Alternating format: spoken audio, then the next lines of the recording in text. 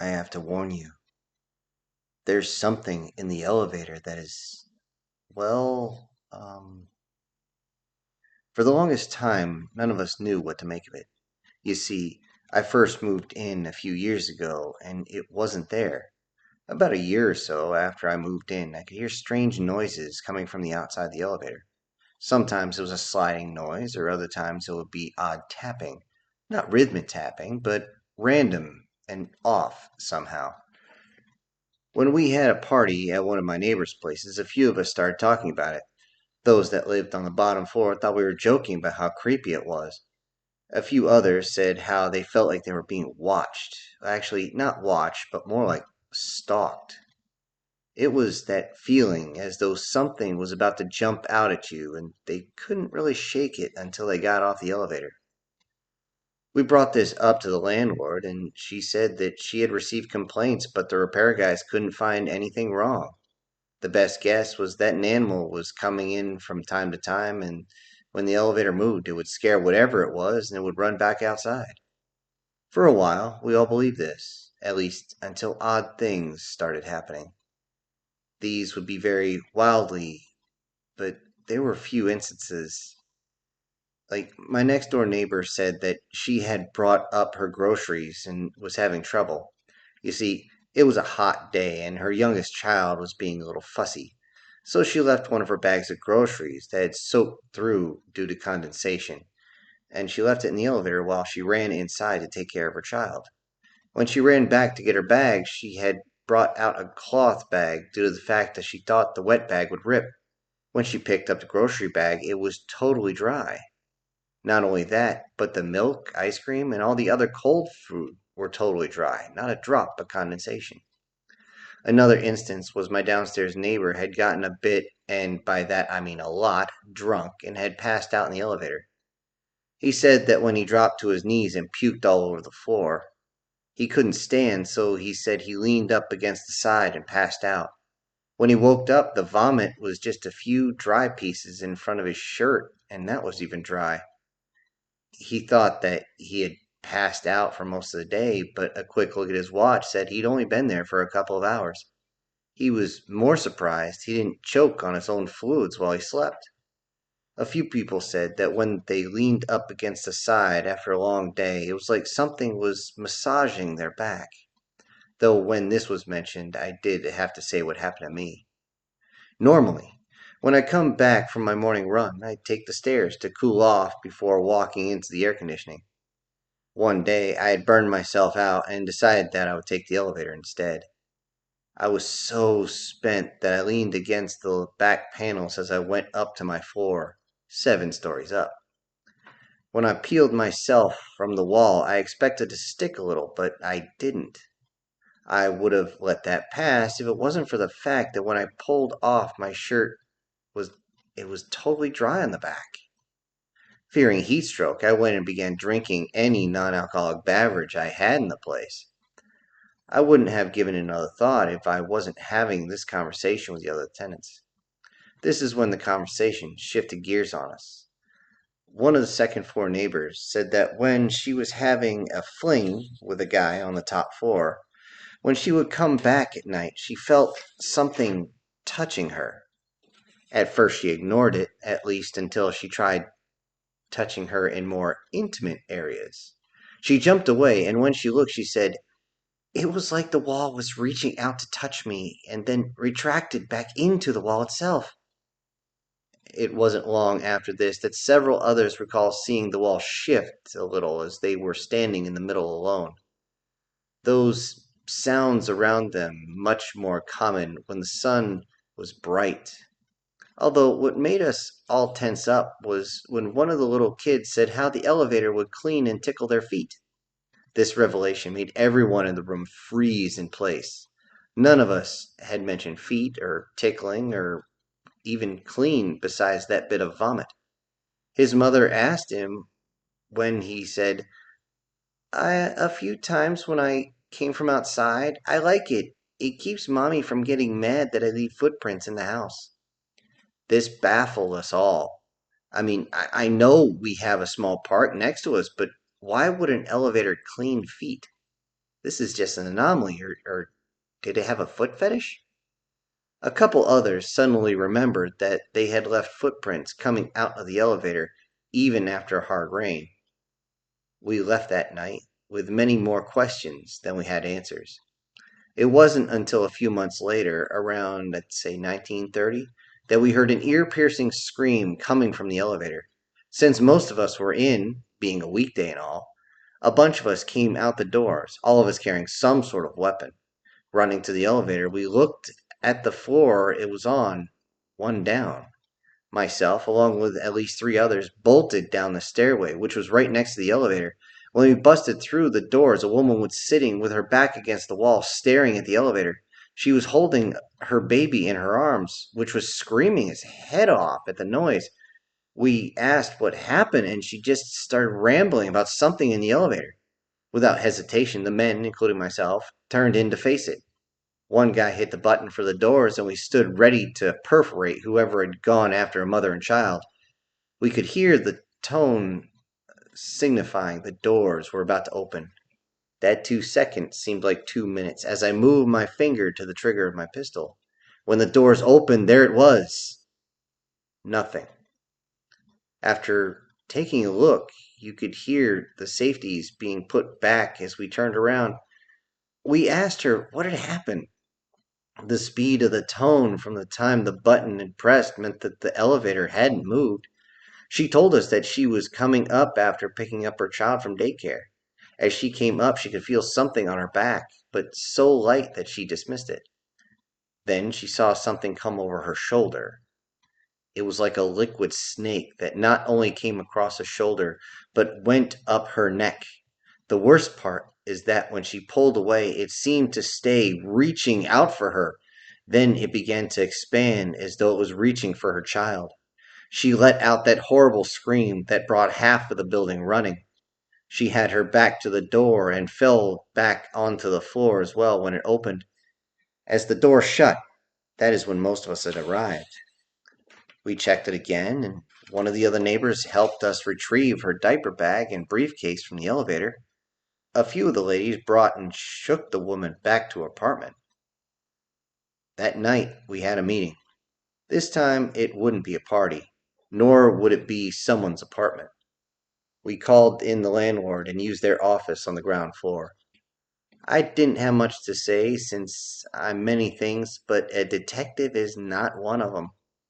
The closest I got was helping them write instances on the whiteboard of someone had brought up. It wasn't fun being an observer, though I did have one talent that helped. I was able to research strange things due to my job as an engineering researcher. I brought this up near the end of the meeting, and a few that they thought they could just order me to do something said they would be waiting for my report so they could figure out what was going on. Arrogance. Something about their attitude just got under my skin, and I decided to do things my way. As it turned out, several of the people I work with were into just this sort of thing. I guess the information age has really brought out the cryptozoologist in a lot of people. I showed them the list of what we had surprisingly, and they were stumped. One in particular was so intrigued that he spent his own money to purchase a small high end camera to place in the elevator. I told him I would have to clear it with the landlord. This proved to be a difficult endeavor since the laws prohibit cameras in elevators without city approval. So I just asked the tenants if they objected. Shocking absolutely no one, they all agreed to allow the cameras as long as, quote, only in the elevator, unquote. I had to laugh since I had no interest in bugging the place, though hearing this from someone that lives on the ground floor was weird. We had the cameras set up the next day. These were not hidden cameras and could be adjusted if someone just reached up and moved them.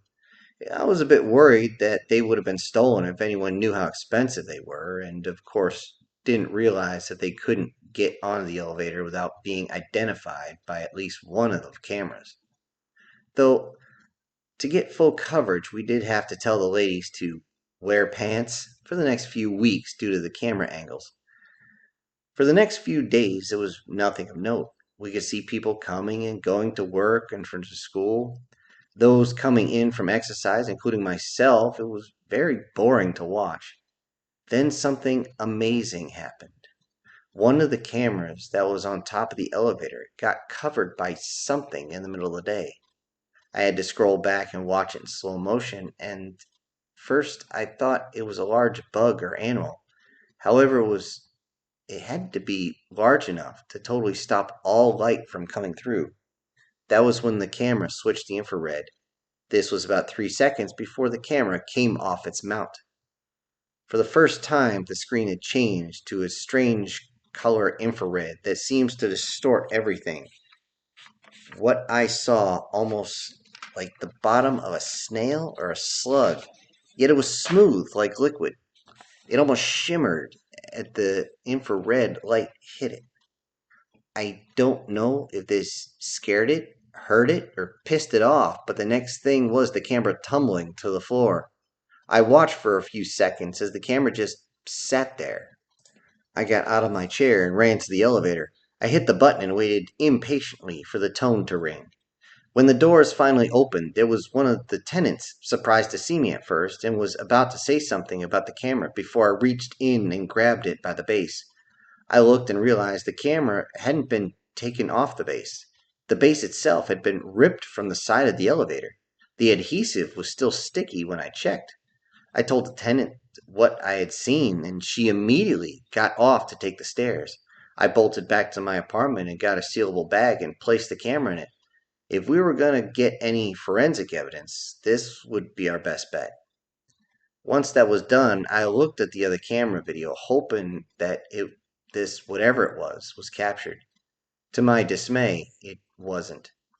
The camera it had taken down was directly above the one placed on the floor. The floor camera was not facing up, but instead facing up to the opposite corner where the third and final camera was set up. I grinned, realizing that if it tried this again, there would be no escaping the eye of the camera. I posted the news to the building, and I found people stopping by to view the footage for themselves. This creeped a lot of them out, and I could hear many of them saying how they would never use the elevator again. Though looking at a few, I knew that this was a straight up lie. I gave them 2 days of waking up 5 to 12 flights of stairs before they would say, fuck it, and just take it again. I was put back a little when one guy showed up with the real evidence bags for me. Truth be told, I just didn't know his best friend was a cop. Thanks to him, we could get the camera checked out to see what we were dealing with. It would take a week at best to get the results back.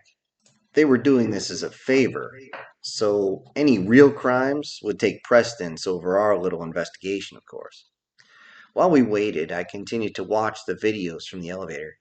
This got very boring, except when one of the fathers said he wanted to see what his daughter was doing when she went on a date. I only agreed if we would watch it together so that he wouldn't do anything stupid. I was thankful that the video was actually able to calm him down. Turns out she was dating a very shy guy, and when it came to girls, though he was clearly athletic. The most was her holding his arm the entire ride down, which he looked completely uncomfortable with. A week later, I was finally able to get the results back. Turns out the cop was pissed that we had handed him a clean camera, and I mean super clean too. He watched the footage and was still mad that we had swapped the camera multiple times and all found was my DNA. They didn't even find dust on the damn thing, which is why they believed we had washed it off before sending it in. After that ass chewing, I made plans to reinstall the camera. As I sat in front of my computer that night watching the entertaining influencer, I kept the camera video on the upper right hand corner of the page just in case something happens. Turns out, something did. When the doors opened and the tenants fell into the elevator, I thought he was drunk, so I paused the podcast to put the camera feed on full screen. It didn't take long to realize he wasn't drunk, but instead he was bleeding badly. I could see him holding his face as blood dripped heavily onto the floor. He opened his jacket and I could see there was at least one more wound. I jumped up and grabbed the first aid kit. I slammed the door open and sprinted down the hallway to the elevator. I hit the button and waited for the elevator to come up the last 2 floors to mine. The sound of the elevator opening was enough to get one of my neighbors running. As he got to me, I could hear him asking what was wrong as the doors opened. I dove inside and began to assess the tenant in the elevator. At first, I figured he just got beat down or mugged. Then I saw the unmistakable mark of a knife wound. I started screaming for my neighbor to call the police, and as he did, the doors began to close. And I screamed, "I'll meet you downstairs," as the door shut. I reached for the ground floor button and got to work on the tenant. I will freely admit I was panicking as I tore open the first aid kit, making a third of the contents spill out. The first thing I did was rip his shirt open to see what I was working with. The dark blood was coming out like a faucet to leave on in the winter. I grabbed the quick clot bandage and held it on his belly. He flinched at the resin type substance chemically burning his open wound. I grabbed a bandage with my other hand, trying to tie it down so I could check any other bleeding. My hand shook as I did this. I mean, I'm not an EMT. I didn't deal with this sort of thing a lot, not in a long, long time. The only reason I even had a first aid kit this robust because my brother, who was in the army, knows I like to do outdoor activities when I go on vacation. Most can be dangerous. Silently, I thanked my brother for building the first aid kit as I finished tying up the man's abdomen. I started checking out his face, with his nose was clear broken, and his mouth was covered in blood, but I didn't see any other knife wounds. I was putting gauze on his mouth when the doors opened. Kind of wish they hadn't. There was a couple with 4 kids standing outside the door. The look on the man's face was that of confusion, at least until he saw the kit that was all over the floor and me yelling, "Help me!" The wife pulled the kids away, all but the oldest, who wanted to help, and the husband helped me get the victim out of the elevator. I told them what I had seen, and we were able to keep the man calm while we waited for the paramedics. Thankfully, they didn't take longer than a few minutes. Guess it helps when the hospital is only about 5 minutes down the road.